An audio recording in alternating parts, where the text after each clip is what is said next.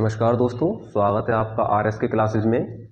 आज हम लोग एसएससी जीडी 2022 में आए हुए एक प्रश्न पर बात करेंगे और इस टॉपिक को देखेंगे और प्रश्न को हल करते हुए टॉपिक को लिंक करेंगे कि वो कहाँ कहाँ से प्रश्न पूछ सकता है। जैसे इस टॉपिक में ही हम लोग नोट डाउन करेंगे कि टॉपिक में किस किस टॉपिक को जोड़ सकता है वह और किस किस टॉपिक को हटा सकता है। जैसे उदाहरण के तौर पर मैंने एक प्रश्न लिखा है जो 2022 में पूछा गया है कि 1873 में उन्होंने सत्यशोधक समाज की स्थापना की। यहाँ उन्होंने किसे कहा जा रहा है? यहाँ उन्होंने किसे कहा जा रहा है? आसान क्वेश्चन था और बहुत ज़्यादा आसान जो है पूछा गया क्वेश्चन है, लेकिन जो टॉपिक है जो हमारे सिलेबस को लिंक करते हैं वहाँ क्या क्या लिंक करता है जरा जरा ध्यान दीजिएगा आप लोग। एक जो टॉपिक है पूछा गया है सत्यशोधक समाज, एक तो संगठन एक टॉपिक बना आपका, दूसरा प्रमुख तिथियां टॉपिक बना, ध्यान रखना आप लोग, प्रमुख तिथियां टॉपिक बना, तीसरा महाराष्ट्र में पुनर्जागरण काल टॉपिक बना, चौथा भारत के महान व्यक्तित्वों का टॉपिक बना, पांचवा भारत के महान जो है महान अग्रणी जो समाज सुधारक है उसका टॉपिक बना। अब आप लोग बताइए मुझे कि इतने सारे टॉपिकों को एक प्रश्न में कवर कर कर पूछ रहा है एसएससी जीडी, तो क्या उसके पास क्षमता नहीं है? हाँ बिल्कुल उसके पास क्षमता है। क्योंकि वह वन लाइनर क्वेश्चन बना रहा है। वन लाइनर क्वेश्चन के जवाब आपको आ भी सकता है, नहीं भी आ सकता है, दोनों ही बातें हैं और ये सच्चाई है। एसएससी जीडी का एग्जाम क्रैक करने के लिए यदि हमें उसके सिलेबस पर गौर करें हम लोग और उसके जो है पिछले वर्ष के प्रश्न पत्रों पर गौर करें तो मुझे लगता है कि कोई गंभीर कैंडिडेट होगा एसएससी जीडी के लिए तो वह उस एग्जाम को पास कर देगा। तो हम लोग क्वेश्चन देख रहे थे तो हमने देखा है कि क्या पूछ रहा है। 1873 में सत्यशोधक समाज की स्थापना हुई और उन्होंने की, किसने की? तो ज्योतिबा फुले ने की। ज्योतिबा फुले के बारे में बहुत ज़्यादा जानकारी है, तो ज्योतिबा फुले के बारे में हम लोग एक मोटा मोटा प्रोस्पेक्ट देख लेते हैं और गहराई के साथ देखेंगे। मोटा मोटा तो देखेंगे लेकिन गहराई के साथ भी देखेंगे। ज्योतिबा फुले का जन्म 11 अप्रैल को 1827 में महाराष्ट्र में होता है और ये माली जाति के थे। माली जाति महाराष्ट्र में उस समय जो है निचले दर्जे की मानी जाती थी, निचले दर्जे अर्थात पिछड़ी जाति की मानी जाती थी।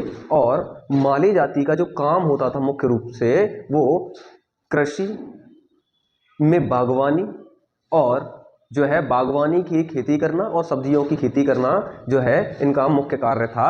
और ये बहुत ज़्यादा एक पिछड़ी जाति थी महाराष्ट्र में।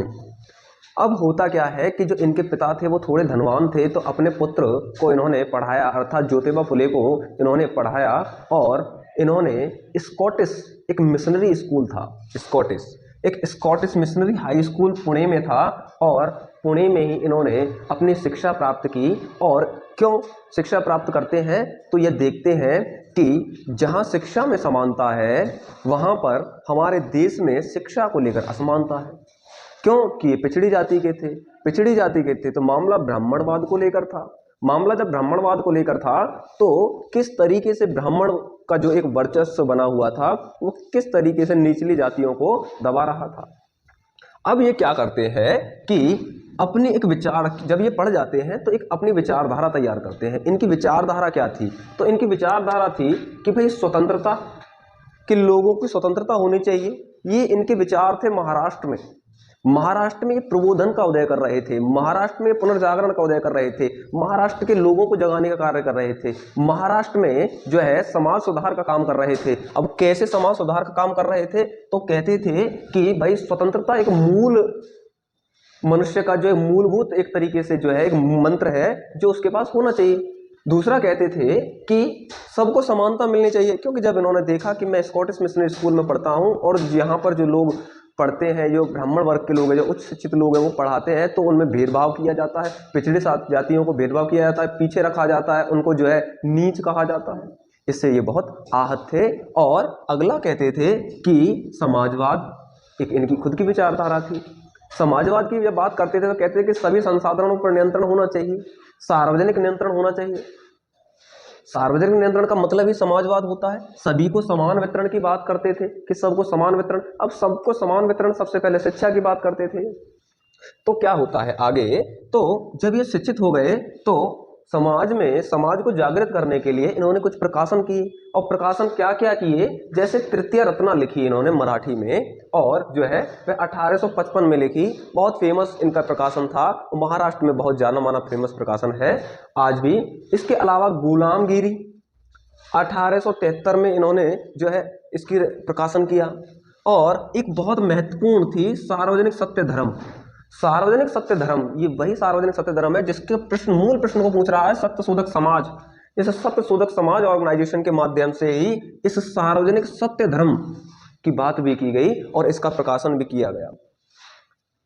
हम लोग देख लेंगे इस बात को, लेकिन हम लोग देखते हैं कि सार्वजनिक सत्य धर्म जो है वो किस तरीके से सत्य शोधक समाज का एक प्रमुख जो है रूप बन गया, कैसे कैसे काम करेगा, तो हम ऑर्गेनाइजेशन में अभी देखेंगे इसको। लेकिन हम लोग जो है इनका विवाह भी हुआ, इनका विवाह हुआ सावित्रीबाई फुले से।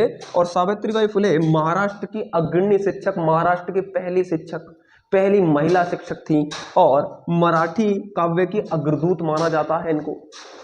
ज्योतिबा फुले ने स्वयं इनको पढ़ाया, और ज्योतिबा फुले ने स्वयं इनको पढ़ाया तो इन्होंने एक स्कूल की स्थापना कर ली बालिकाओं को पढ़ाने की। जो बालिकाओं को पढ़ाने की एक योजना बनाई सावित्रीबाई फुले, ज्योतिबा फुले, और एक मुस्लिम महिला जो भारत की मुस्लिम महिला टीचर बनी पहली, फातिमा शेख करके नाम उनका है, और वो चर्चा में भी रही थी कुछ दिन पहले करंट अफेयर में। तो फातिमा शेख करके एक मुस्लिम महिला थी जो देश की पहली मुस्लिम महिला का टीचर का जो दर्जा दिया जाता है उनको दिया गया। सावित्रीबाई फुले ने बहुत हाथ बटाया ज्योतिबा फुले का और शिक्षा में बड़ा योगदान दिया। तो उन्होंने एक योजना बनाई कि भैया ऐसा है कि 3 एक स्कूल खोले पुणे में ही, छोटे छोटे स्कूल खोले, 1852 की बात है ये, और बालिकाओं को पढ़ाने के लिए। तो यानी बालिकाओं में सुधार या बालिकाओं में शिक्षा के लिए ज्योतिबा फुले काम कर रहे थे और इसमें साथ दे रही थी सावित्रीबाई फुले।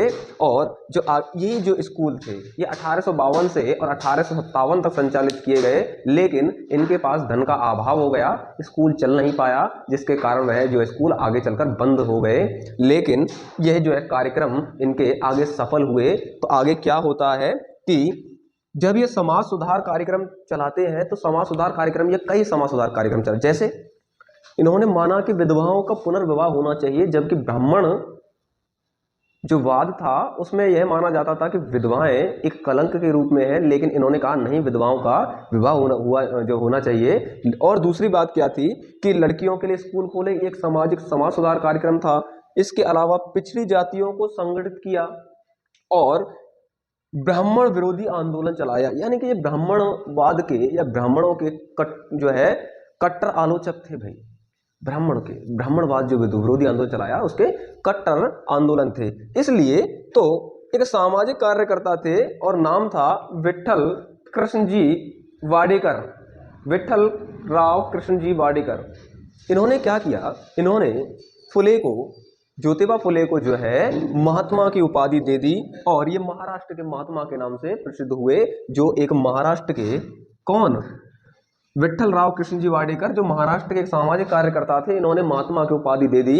और ये महात्मा की उपाधि देने के बाद ही अब ये महाराष्ट्र में जो है महाराष्ट्र के महात्मा कहलाए। अब क्या होता है कि 1873 की जो एक ऑर्गेनाइजेशन बनाई इन्होंने, सत्य शोधक समाज। सत्य शोधक समाज वास्तव में देखा जाए तो सत्य शोधक का जो अर्थ क्या है कि भाई सत्य के साधक, यानी कि हर चीज जो है सत्य को साधने वाले व्यक्तियों का हमें साथ चाहिए। हमें ब्राह्मणवादी जो सोच पर आधारित लोगों का साथ नहीं चाहिए। एक सत्य शोधक समाज की स्थापना कर दी, एक सोसाइटी बनाई और 1873 में बनाई। इस सोसाइटी का उद्देश्य क्या था कि मैंने क्या कहा, ये खुद पिछड़ी जाति से थे।